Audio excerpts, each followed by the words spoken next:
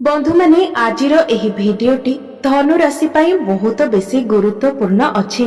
आजिर एही भिडियो रे आमे माने जानिबा धनु राशि पाई अगस्त 2024 टी किपरि रहिबो। धनु राशि रो मासिक राशिफल उपरे आलोचना करिबा। धनु राशि रो व्यक्ति विशेष मानक पाई अगस्त मासटी किपरि रहिबो संपूर्ण रूप रे आमे सेही विषय रे आलोचना करिबा। धनु राशि रो स्वास्थ्य, शिक्षा, प्रेम, वैवाहिक जीवन, भाग्य, क्यारियर एवं व्यापार वाणिज्य किपरि रहिबो एही अगस्त 2024 रे से विषय रे विस्तार रूप रे आलोचना करिबा। नवग्रहंकर स्थिति मध्य देखिबा। नवग्रह केउ प्रकार फल प्रदान करिबारे सक्षम हेबे। शेषरे अशुभत्व प्रदान करुथिबा ग्रह मानक पाई किछि विशेष प्रतिकार विषय रे मध्य जानिबा। सेथिपाई भिडियोटी को स्किप न करी शेष पर्यंत निश्चय देखंतु एवं आपणकर जदि धनु राशि होइथाय तेबे भिडियोटी को लाइक करी चैनल टी को सब्सक्राइब करि दियंतु एवं कमेंट बॉक्स रे जय श्री जगन्नाथ निश्चय लिखंतु। बंधु माने एही कार्यक्रमटी जन्म राशि एवं चंद्र राशि उपरे आधारित अटे। अगस्त मास आरंभ रे धनु राशि रे नवग्रहंकर स्थिति विषय रे सर्वप्रथमे जानिबा। बंधु माने राशि चक्रर नवम राशि हेउछि धनु राशि एवं आपणकर राशिर अधिपति हेउछन्ति देवगुरु बृहस्पति एवं बृहस्पति आपणकर षष्ठ भावरे विराजमान अछन्ति एवं तांको सहित मंगल विराजमान अछन्ति। आपणकर तृतीय भावरे शनि विराजमान अछन्ति, चतुर्थ भावरे राहु विराजमान अछन्ति, षष्ठ भावरे गुरु एवं मंगल विराजमान अछन्ति, अष्टम भावरे सूर्य विराजमान अछन्ति, नवम भावरे बुध एवं शुक्र विराजमान अछन्ति एवं आपणकर दशम भावरे केतु विराजमान अछन्ति। तेबे सर्वप्रथमे जानिबा आपणकर स्वास्थ्य किपरि रहिबो एही अगस्त 2024 रे। तो बंधु माने कुंडलीर प्रथम भावटी होइथाय आपणकर स्वास्थ्यर भाव, इम्युनिटी सिस्टम रो भाव एवं आपणकर प्रथम भावर अधिपति हेउछन्ति देवगुरु बृहस्पति एवं गुरु आपणकर षष्ठ भावरे विराजमान अछन्ति। बंधु माने षष्ठ भावटी को कुंडली रे एते भलो बोली विचार करा जाय नथाय। षष्ठ भावटी रोग, ऋण एवं शत्रुर भाव होइथाय। तो एही अगस्त मासरे आपणकर स्वास्थ्य टिकिए खराब रहिपारे। तेबे बंधु माने एहा केवल एही गोटिए मास पाई ही नुहे, कारण 25 मसीहार एप्रिल मास पर्यंत रहिबे। तो संपूर्ण एक वर्ष पाई आपणको निज स्वास्थ्य उपरे ध्यान रखिबार अछि। एही एक वर्ष मध्यरे आपणकर स्वास्थ्य रे किछि समस्या आसीपारे। पेट जनित समस्या देखा दे पारे, गैस भली समस्या, बदहजमी भली समस्या एवं मोटापण मध्य आपणकर बढ़ी जाय पारे। लिवर संबंधित समस्या मध्य देखा दे पारे। तो एथि प्रति आपण टिके ध्यान देबे। आपणकर इम्युनिटी सिस्टम वीक होई पारे। समय समय थंडा ज्वर भली समस्या मध्य देखा दे पारे। एबे आसंतु जानिबा आपणकर शिक्षा क्षेत्र किपरि रहिबो एही अगस्त 2024 रे।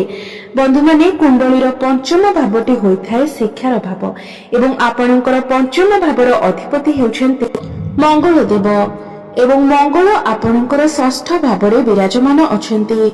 मात्र 26 अगस्त को मंगल आपणकर सप्तम भाव को चलन करिवे। बंधु माने आपणकर षष्ठ भावरे मंगल एवं गुरु एकत्र विराजमान अछन्ति।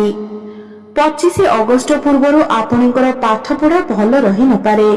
आपणकर माइंड डाइवर्ट होई पारे, मन विचलित होई पारे, आपणकर मन ऑनलाइन आडकु जाई पारे। आपण मोबाइल रो अधिक व्यवहार करि पारंती, अधिक भ्रमण मध्य करि पारंती, जहा फलरे आपणकर पाठ पढ़ारे समस्या देखा देबो।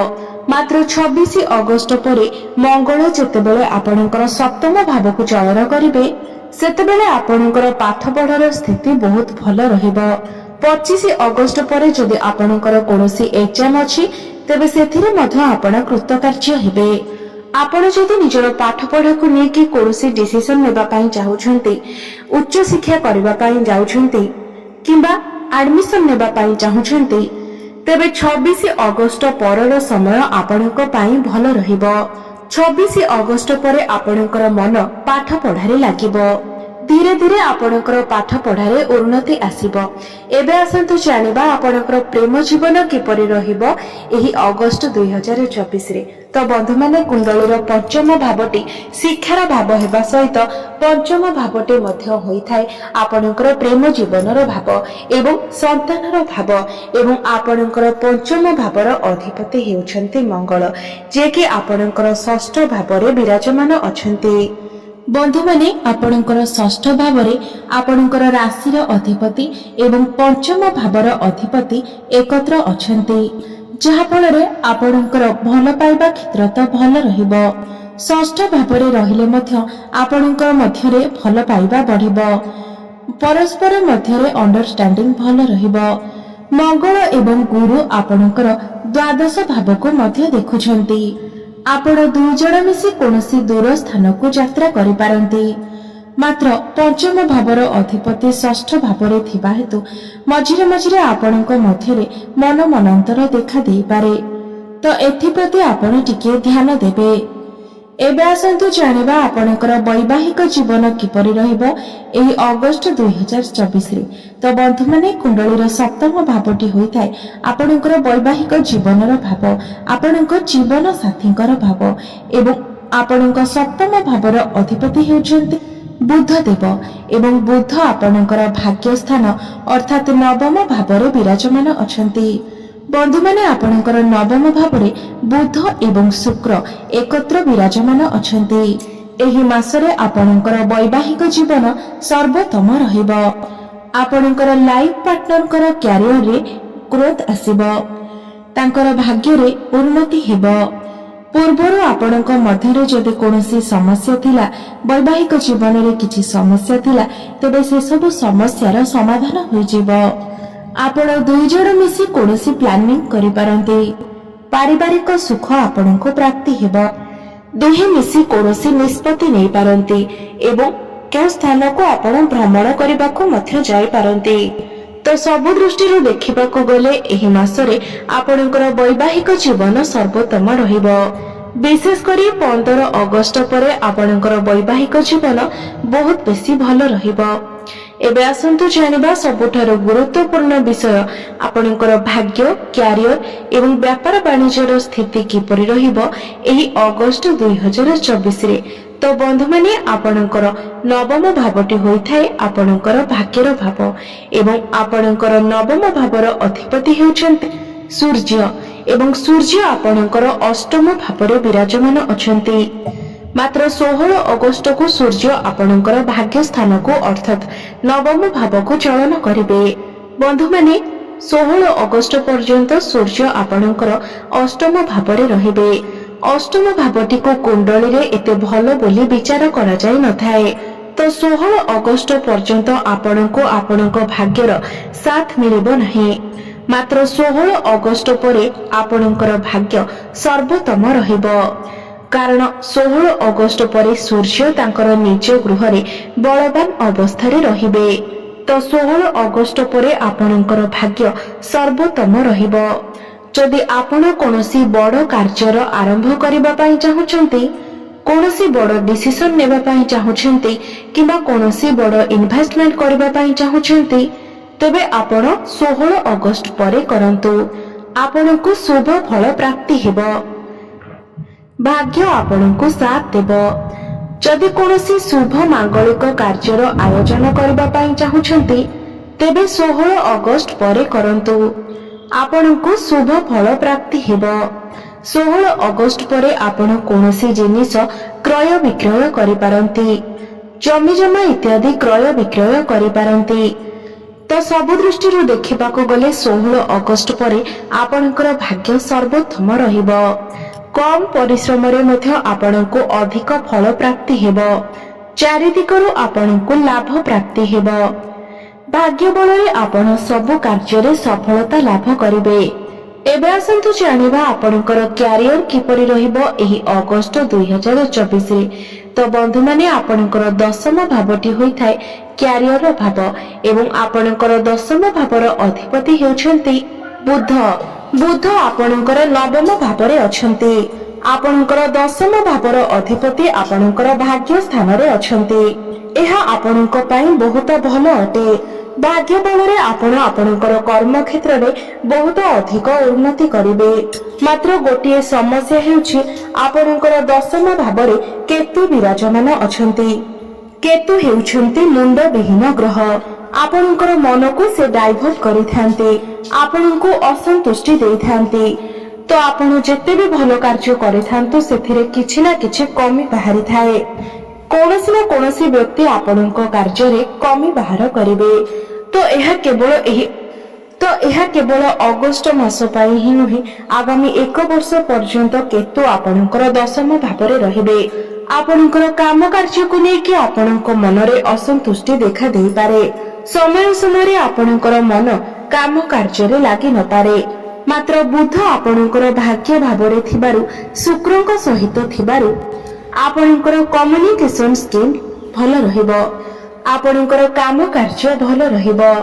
ଆପଣଙ୍କର ଟାର୍ଗେଟ ମଧ୍ୟ ପୂରଣ ହୋଇଯିବ। ମାତ୍ର କେତୁ ମଧ୍ୟ ତାଙ୍କର କାର୍ଯ୍ୟ କରିବେ, ଯାହା ଫଳରେ କର୍ମକ୍ଷେତ୍ରରେ ଆପଣଙ୍କର କାହା ସହିତ ଆର୍ଗୁମେଣ୍ଟ ହୋଇପାରେ। ଏହି ସବୁ ପ୍ରତି ଆପଣ ଟିକେ ଧ୍ୟାନ ଦେବେ। ତ ସବୁ ଦୃଷ୍ଟିରୁ ଦେଖିବାକୁ ଗଲେ ଏହି ମାସରେ ଆପଣଙ୍କର କ୍ୟାରିୟର 50% ଭଲ ରହୁଛି।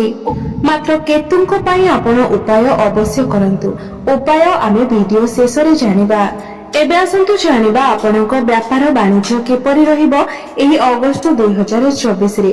ତ ବନ୍ଧୁମାନେ, କୁଣ୍ଡଳୀର ସପ୍ତମ ଭାବଟି ହୋଇଥାଏ ବ୍ୟାପାର ବାଣିଜ୍ୟର ଭାବ ଏବଂ ଆପଣଙ୍କର ସପ୍ତମ ଭାବର ଅଧିପତି ବୁଧ ଆପଣଙ୍କର ନବମ ଭାବରେ ଅଛନ୍ତି ଏବଂ ଶୁକ୍ରଙ୍କ ସହିତ ଅଛନ୍ତି।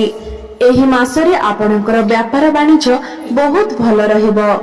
ଚାରିଦିଗରୁ ଆପଣଙ୍କୁ ଲାଭ ପ୍ରାପ୍ତି ହେବ। ବ୍ୟାପାରରେ ଉନ୍ନତି ଦେଖାଯିବ। ଆପଣଙ୍କର ଡେଲି ଇନକମରେ ବୃଦ୍ଧି ଆସିବ। ରୋଜଗାରରେ ଉନ୍ନତି ଆସିବ। ଆପଣ କୌଣସି ନୂତନ ବ୍ୟାପାର ମଧ୍ୟ ଆରମ୍ଭ କରିପାରନ୍ତି। ଷ୍ଟେସନାରୀ ଦୋକାନ ଯାହାର ଅଛି ସେମାନଙ୍କୁ ଶୁଭ ଫଳ ପ୍ରାପ୍ତି ହେବ। ପାର୍ଲର, ହୋଟେଲ, ଇଲେକ୍ଟ୍ରୋନିକ୍ସ ଦୋକାନ ଏହି ସବୁ କ୍ଷେତ୍ରରେ ମଧ୍ୟ ଶୁଭ ଫଳ ପ୍ରାପ୍ତି ହେବ। ଆପଣଙ୍କର ଫାଇନାନ୍ସିଆଲ ଗ୍ରୋଥ ହେବ। ଆପଣଙ୍କର ଇନକମରେ ମଧ୍ୟ ଗ୍ରୋଥ ହେବ। ତ ଏହି ମାସରେ ଆପଣଙ୍କର ବ୍ୟାପାର ବାଣିଜ୍ୟର ସ୍ଥିତି ବହୁତ ଭଲ ରହିବ।